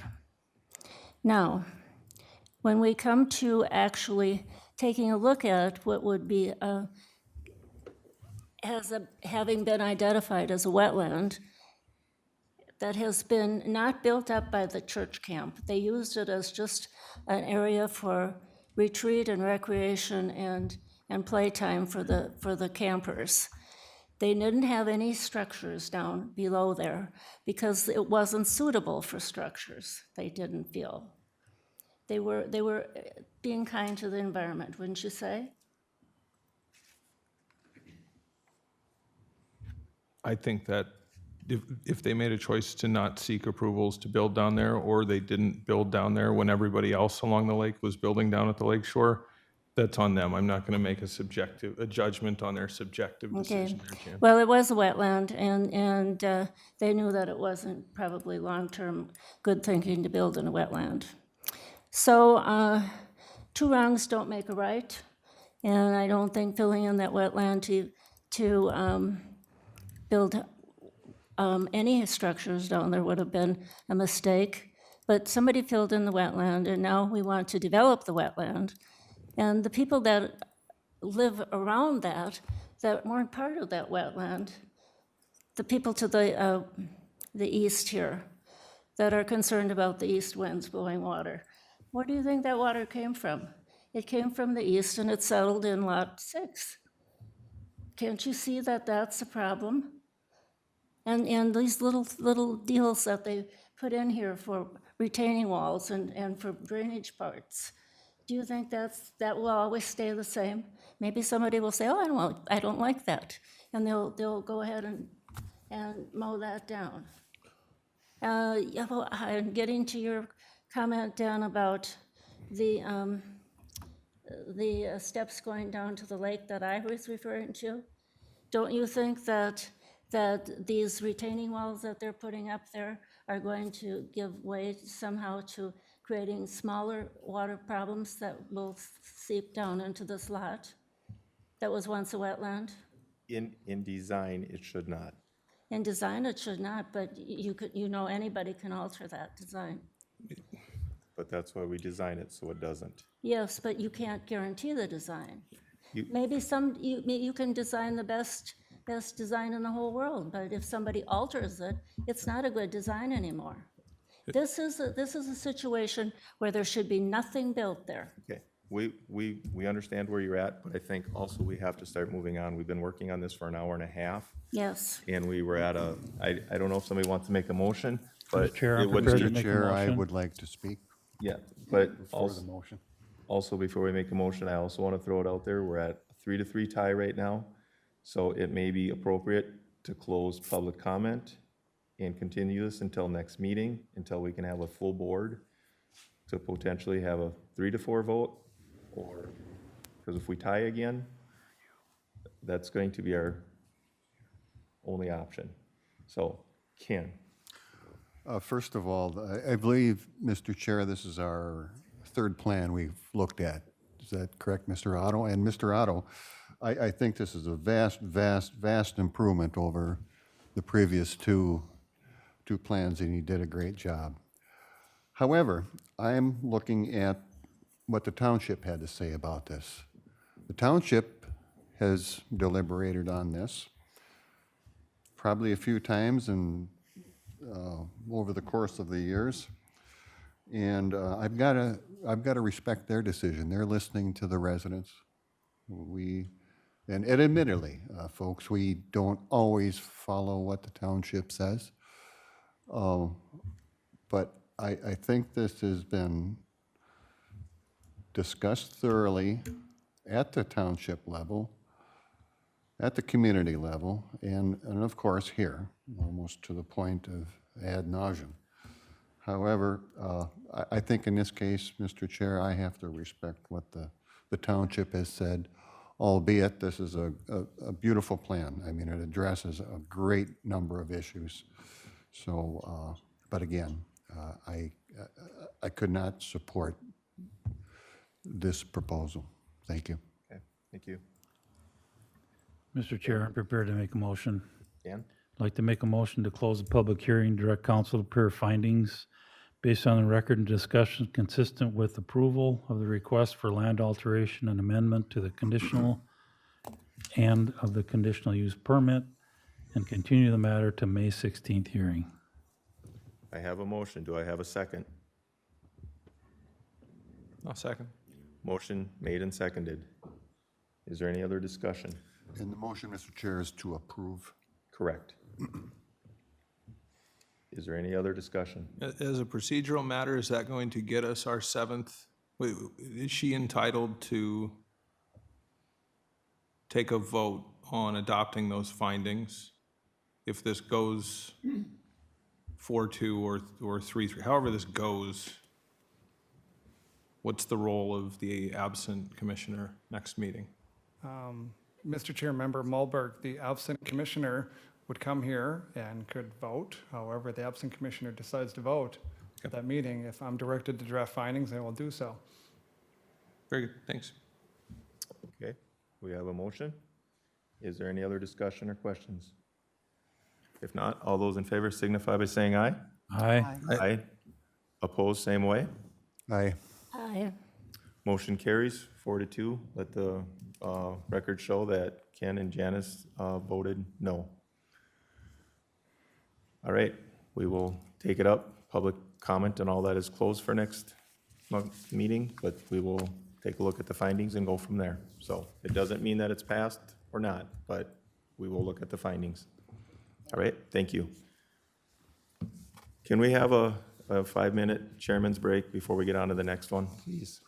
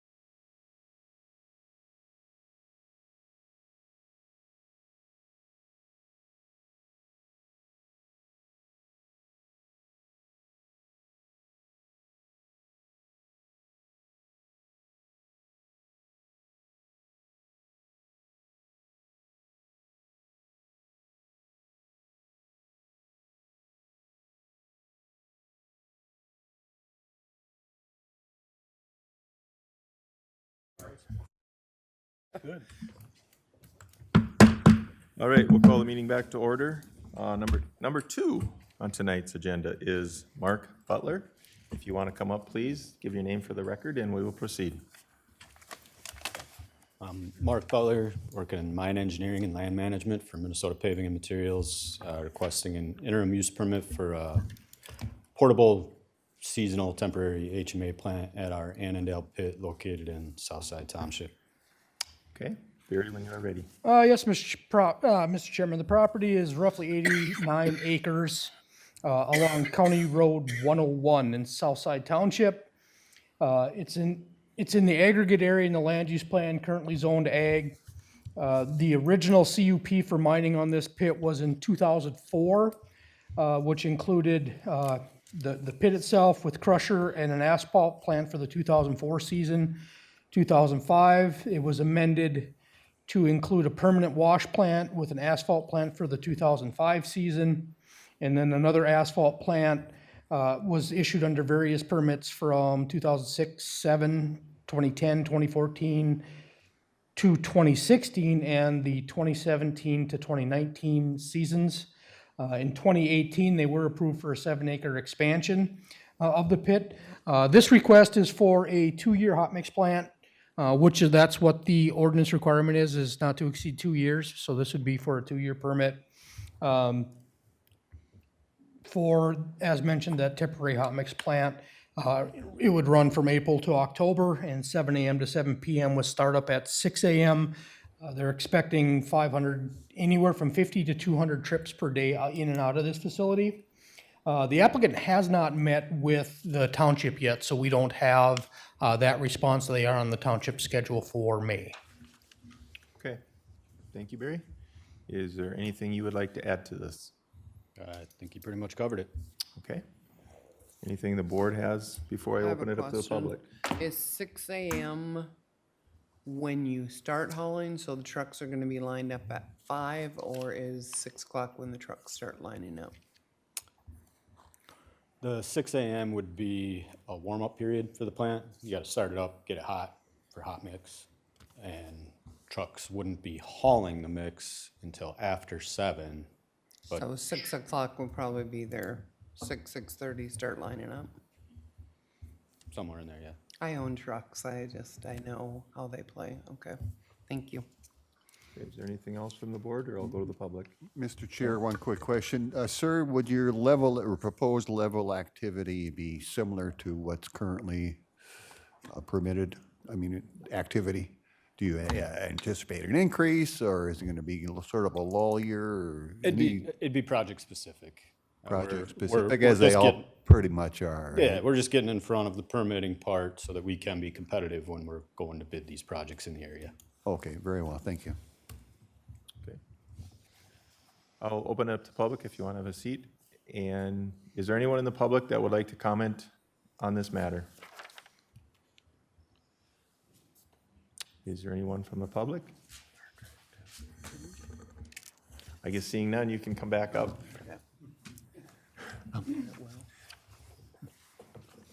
Pat? I don't have any questions for him. I was going to make a motion to continue until after we hear from the township. So I'd make that motion. I'll second that. Okay, I have a motion made and seconded to continue until the May meeting, Yes. until the applicant can meet with the township. Is there any other discussion on that? Just a quick bit of discussion, Mr. Chairman, just to address the applicant. We're still wrapping our heads around the amendments to the ordinance. And so I did notice that in the narrative, there was no explanation for odor control, which is actually a required piece for the application.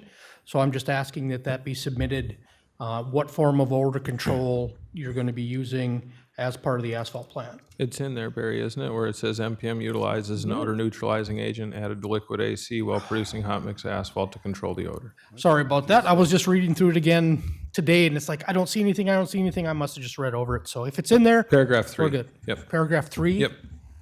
It happens to all of us, Barry. Oh, and it's been just a great week, let me tell you. So is this motion here to, We're doing. we need to go in front of Southside and then come back here? Yep, because we like to know what the township has to say. Southside Township has quite a few gravel pits and things going on it, so if they have any concerns or reservations, we would like to hear them before we make a final decision. Could it be conditional approval?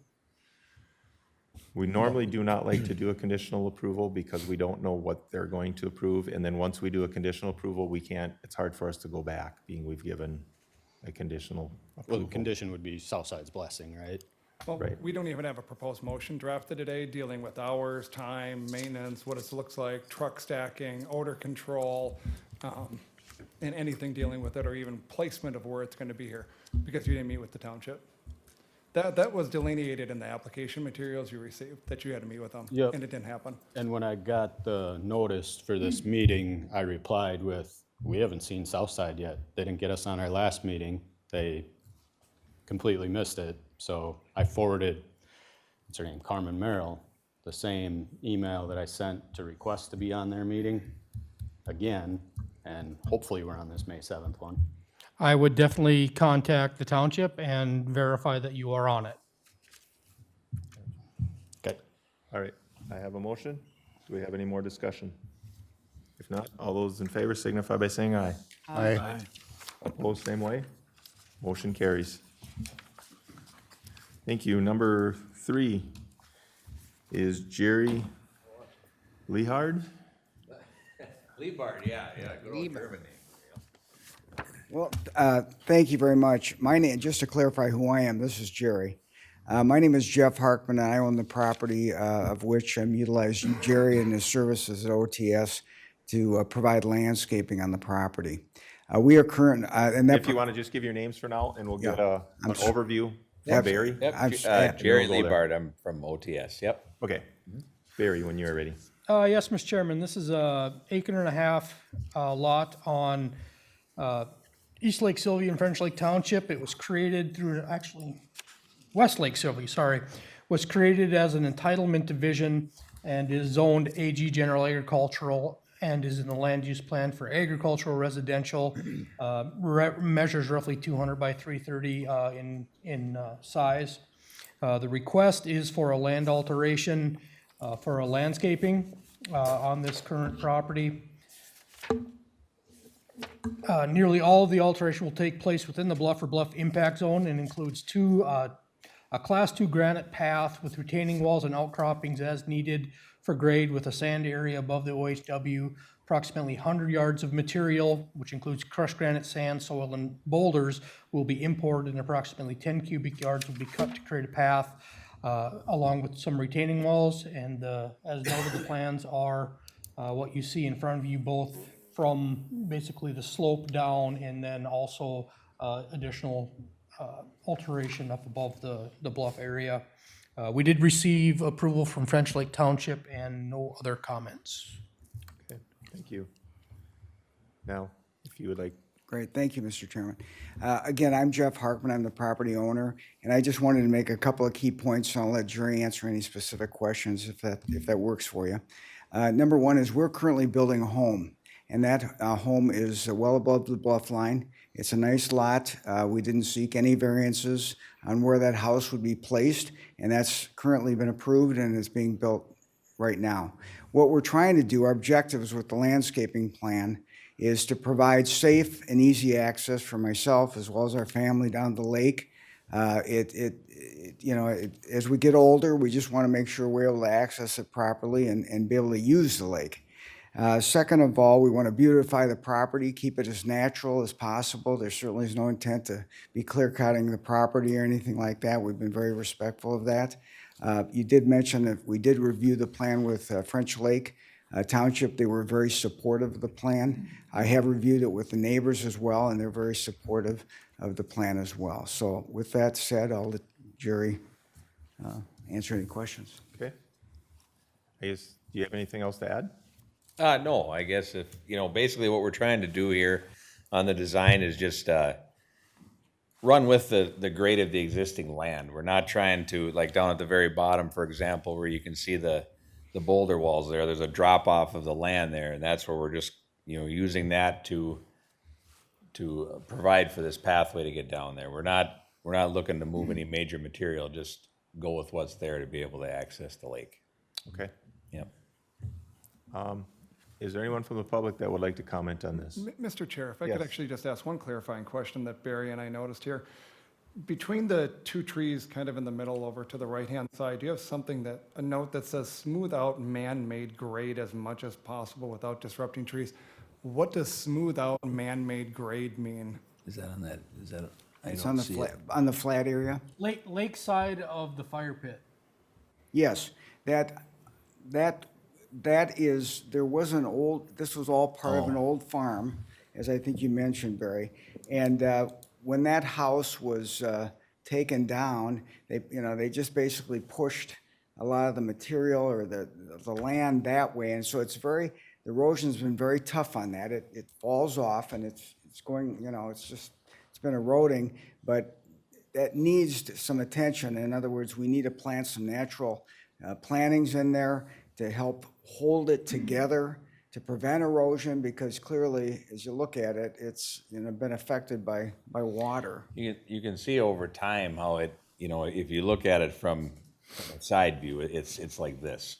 Yes. And so the idea is, it's a small area. The idea is just to level that off and then plant so that it's a consistent area to not allow the water to funnel any longer, but rather to fan, so you don't have that erosion problem, is the idea. So is that a bluff area that you're going to be altering or not? It's right on it's within the bluff zone, yes. Okay. Yeah. It would be more on the toe of the bluff? It's right. No, bluff line, just above the right bluff line, right at the top of the It's right at bluff. the line of the bluff. Top, okay. Yep. Top of the bluff line. It used to be, it's a flat area, and then where it breaks, right at the very top. Okay. All right. That answer your question, Greg? Yes, that just stood out as Okay. a great area of confusion that could come back at us. Perfect. Is there anyone from the public that would like to comment on this matter? The room is getting smaller, so we'll bring it back here. How would the board have concerns, questions?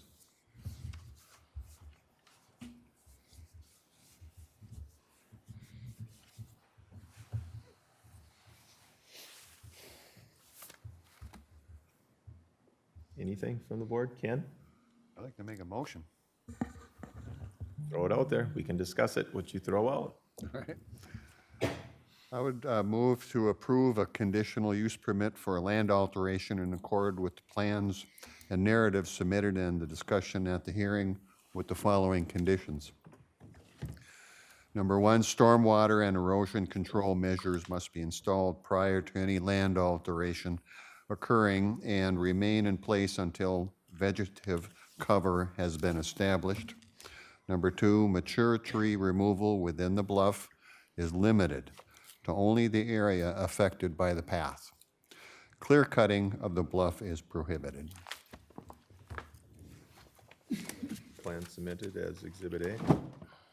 Yes. I'll second that motion. Motion made and seconded. Is there any discussion? Is there any discussion? If not, all those in favor of the motion signify by saying aye. Aye. Opposed, same way. Motion carries. Thank you. Thank you. Thank you very much.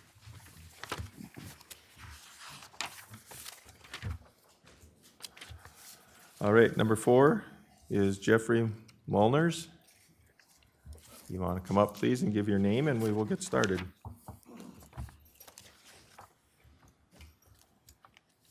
I'm Jeff Milners from Montrose. Barry, when you're ready. Yes, Mr. Chairman, this request involves two parcels, one in section 27 and one in section 35. These properties were before the commission in 2017 to approve agricultural clusters, use of the 4 entitlements on each piece in a clustering effect. This request, because of how those first 2 were done, or each one was done, this request is to amend both of those. The amendment for the portion in section 27 is to amend the layout by removing one of the entitlements and then amending the portion in section 35, two different documents, two different hearings. So you have to amend both of them in order to make these swap. You would remove one from section 27, transfer that entitlement down to section 35, and then amend that cluster document to account for the additional entitlement in that area. Basics of the request: amend clusters, take one of the entitlements from one, move it to the other. That's what, in a sense, it's doing. It's all about the transfer. We did receive approval from Woodland Township, and we didn't get any other comments. Yeah, this aerial probably shows exactly what's happening the best, but that's what we're looking at. All right, thank you. Is there anything you'd like to add to that? No. Okay. Is there anyone from the public that would like to comment? Anyone from the public? Okay, we'll bring it back up here to the board. How does the board want to proceed? What is I'd the, like to make a motion. Janice? I'd like to make a motion to approve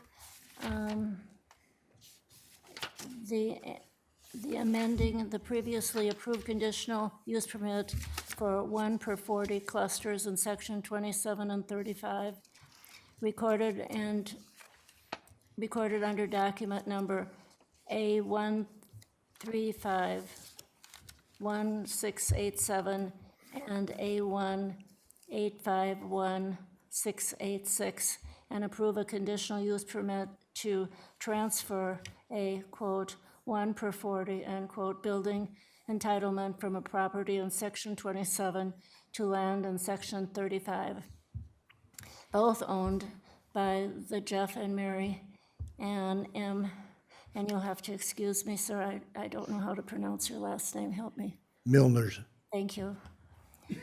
Living trust with the following condition.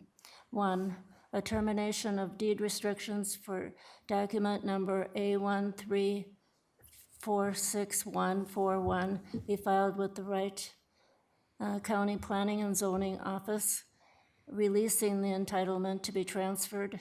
2, a new deed restriction is filed with the Wright County Planning and Zoning Office, restricting the property in section 27 from any further development except as may be the Wright County Code of Ordinances and any amendment thereto, and assigning the residential entitlement to the property in section 35.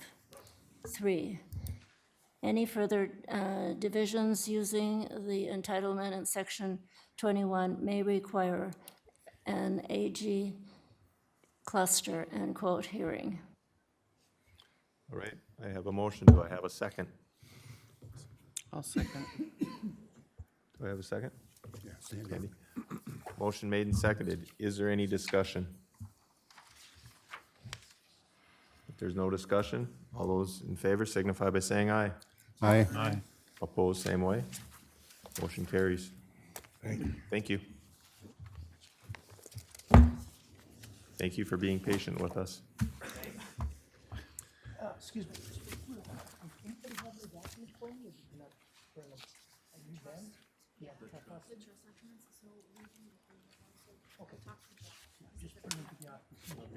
If you want, you can come up, Barbara Bolander.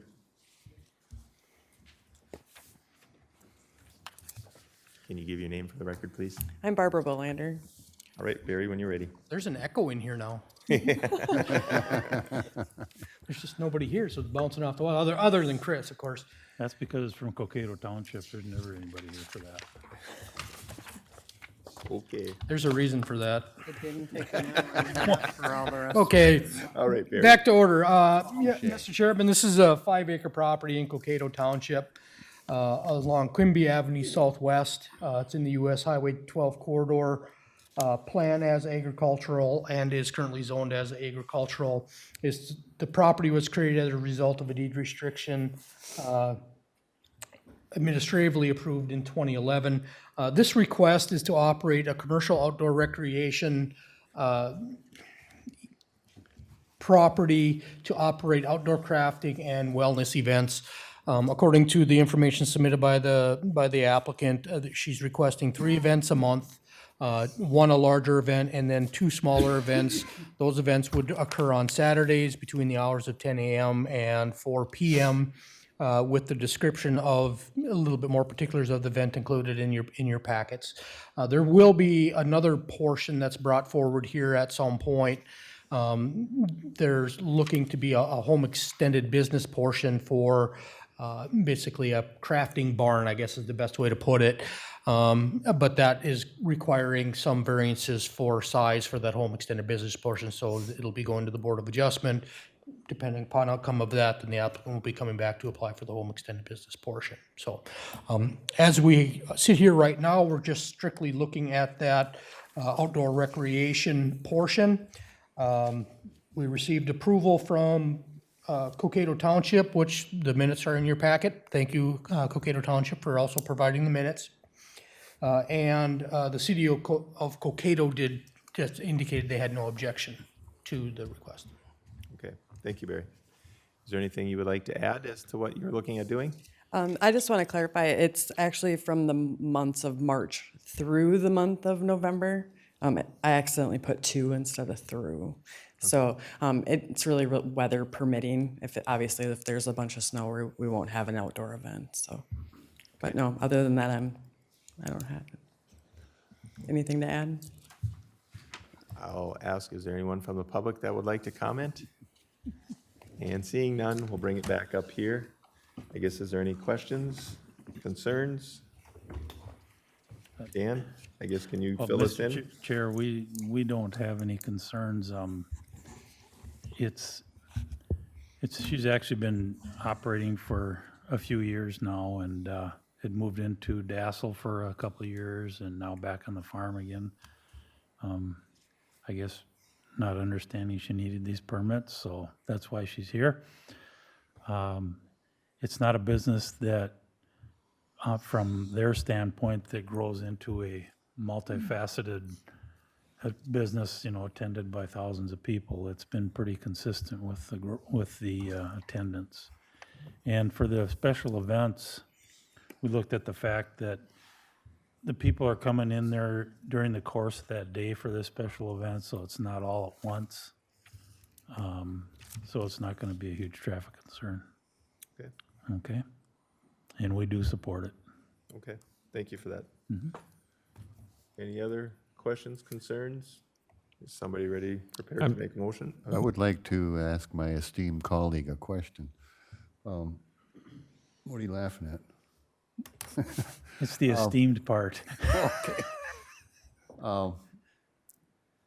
Obviously, this crosses the railroad tracks, Quimby, Yeah? and is that a controlled? No.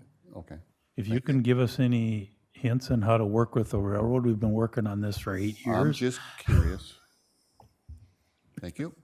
Yeah, it's not, and that crossing, the problem with it is in wintertime. That's where we have the most problems on that crossing.